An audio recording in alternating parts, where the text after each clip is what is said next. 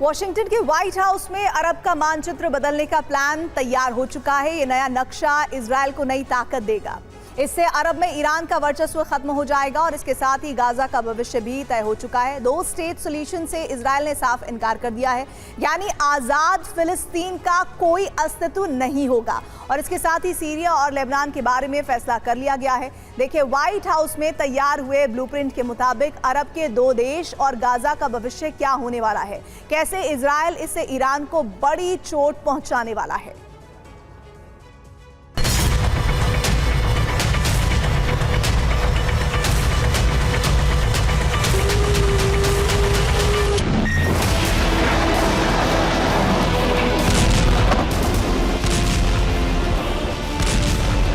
भूमध्य सागर से सटे अरब के 3 देश, एक अस्तित्व विहीन फिलिस्तीन की आखिरी निशानी गाजा, दूसरा लेबनान और तीसरा सीरिया।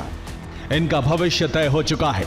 इनके मानचित्र और राजनीति बदलने वाली है।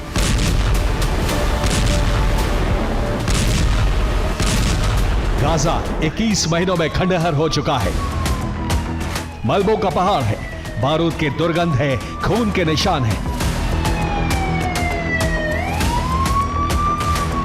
गाजा की जंग के साथ ही भूमध्य सागर तट पर वर्चस्व की लड़ाई शुरू हो गई थी।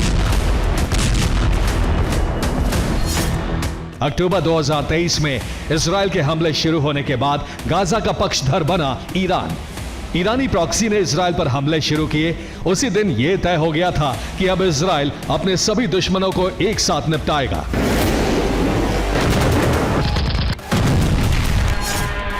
इजरायल ने गाजा पर हमले तेज किए तो लेबनान से ईरानी प्रॉक्सी ने इजरायल पर हमले बढ़ा दिए। जंग की आग ईरान समर्थक सीरिया के राष्ट्रपति बशर अल असद के महल तक पहुंची। तख्ता पलट के बाद नए राष्ट्रपति अहमद अल शारा बने और यहां से तय हो गया कि लेबनान और सीरिया में भी ईरान का सिक्का अब बंद होने वाला है।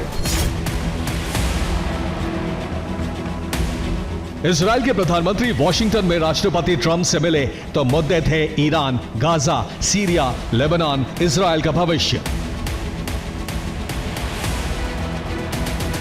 गाजा का भविष्य तय हो चुका है।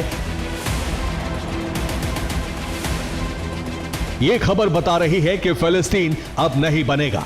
नेतन्याहू ने भी कूटनीतिक भाषा में यही कहा है। ट्रंप भी सहमत हैं कि गाजा का नियंत्रण अब इजरायल के हाथ में होगा, यानी बरसों से बाड़ों में घिरी गाजा पट्टी अब इजरायल का हिस्सा होगी। इस तरह अरब की सबसे पुरानी समस्याओं में से एक का समाधान ट्रंप और नेतन्याहू ने निकालने का प्लान तैयार किया है।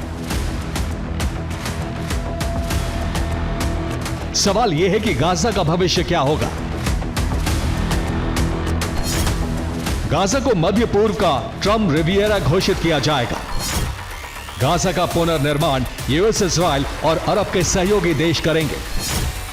गाजा में एलॉन मस्क के नाम पर एक मैन्युफैक्चरिंग जोन बनाया जाएगा। इस प्रोजेक्ट की निगरानी इजरायली कारोबारी घराने करेंगे। यूएस का बोस्टन कंसल्टिंग ग्रुप इस मैन्युफैक्चरिंग प्रोजेक्ट को डेवलप करेगा। गाजा को विश्व प्रसिद्ध टूरिस्ट डेस्टिनेशन बनाया जाएगा। गाजा में आलीशान रिजॉर्ट बनाए जाएंगे। लंदन के Tony Blair institute for global change ने यह प्लान तैयार किया। अंतिम प्लान यह है कि फिलिस्तीनी राष्ट्रवाद की भावना रखने वालों को दूसरे देशों में भेज दिया जाए। केवल वही लोग गाजा में रखे जाएं जो भविष्य में इजरायल के लिए खतरा ना बने।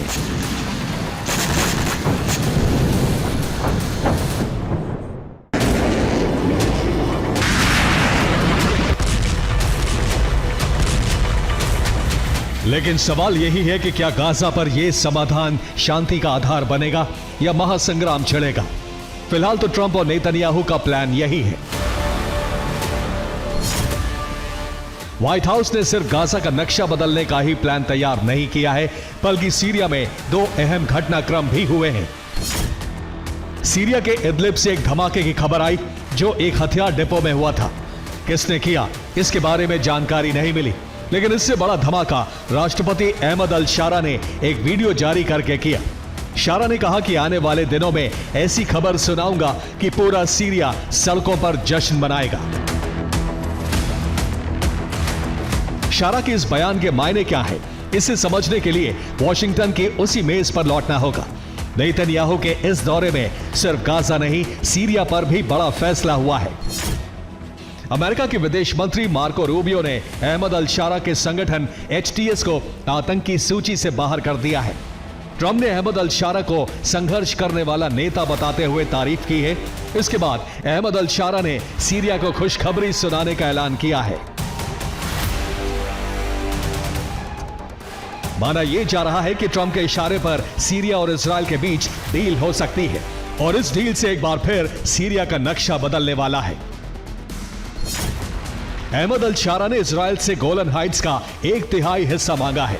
स्थायी शांति के बदले इजराइल इस पर सहमत हो गया। 1974 से इजराइल के कब्जे वाले गोलन हाइट्स का 1/3 हिस्सा इजराइल दे सकता है और बाकी हिस्से पर अपना सैन्य नियंत्रण रखेगा।